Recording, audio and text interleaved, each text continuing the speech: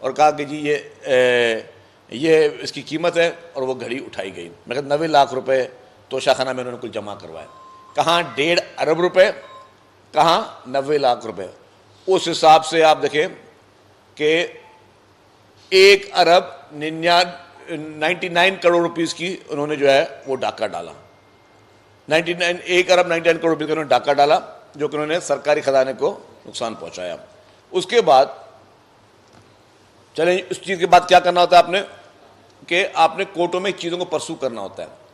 इस केस में कई मरतबा इमरान खान अपने वकील चेंज करते रहे, अपने वकला को वो तब्दील करते रहे। शायद वकीलों को शायद वो मुकम्मल पैसे नहीं देते, या वकीलों को भी आसरे पे चला रहे हैं, जैसा उनके वकील भी चेंज होते रहे। आप कल वाले केस में भी देखें, आज वाले केस में देखें, दोनों चीज़ों में एक चीज़ मुश्तरका है कि इन केसों में वकील आते ही नहीं है। या तो वकील खुद खुश है कि ये जेल में पड़ा रहे, चूँकि इनके जेल में जाने से या इनकी नाअहली की वजह से कि ये इस पार्टी के सरबराह नहीं हो सकते, सबसे बड़ा बेनिफिशरी कौन है, वो इनके खुद के वकील हैं। तो वकील खुद भी अदम पैरवी कर रहे थे, वकील खुद भी हाजिर नहीं हो रहे थे, जिसकी वजह से कानूनी तकाजे भी पूरे नहीं हो रहे थे। और वही उनकी बेगम साहिबा जो है, उनके वकील भी हाजिर नहीं होते, वो खुद भी हाजिर नहीं हो रही थी काफ़ी दफ़ा, और मुस्तकिल तौर पर वो वकील चेंज करते रहे। दूसरी बात, फिर उन्होंने बीच में खान साहब ने एक और झूठ बोला था कि ये घड़ी बेच के मैंने पैसे जो है वो उसे सड़क बना ली।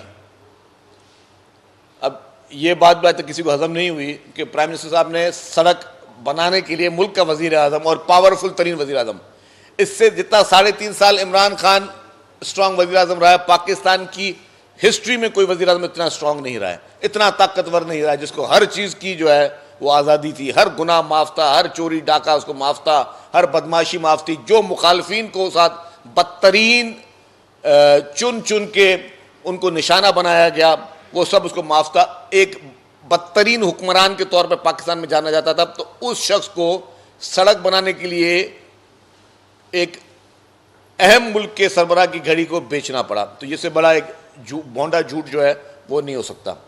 खैर, उसके बाद इन्होंने जज साहिबान भी इनके लिए इंतज़ार करते रहे कि भाई वकील आए पेश हों। ना बेगम साहबा पेश हो रही हैं कभी, ना कभी वकील पेश हो रहे हैं। तो ज़ाहिर है जजों को भी एक टाइम होता है, उसमें उनको वो करना होता है। इस बीच में उन्होंने एक वकील किया, लतीफ़ खोसा साहब। अब लतीफ़ खोसा साहब कुछ पेशियों में पेश हुए और वो फिर पेश उन्होंने छोड़ दिया। और जितना खोसा साहब को मैं जानता हूँ, बगैर पैसों के खोसा साहब कभी कोई काम नहीं करते। और ये बात मैं इसलिए बोल रहा हूँ कि खोसा साहब मेरे भी वकील 2-4 केसेस में रह चुके हैं, और शायद कुछ केसों में अभी भी हों। उसको छोड़ दें कितने लिए, लेकिन मैं बताऊँ कि खोसा साहब की भी माशाल्लाह मेरे मौजूद है, बगैर पैसों में काम नहीं करते, और काफ़ी काम जो वो पैसे ले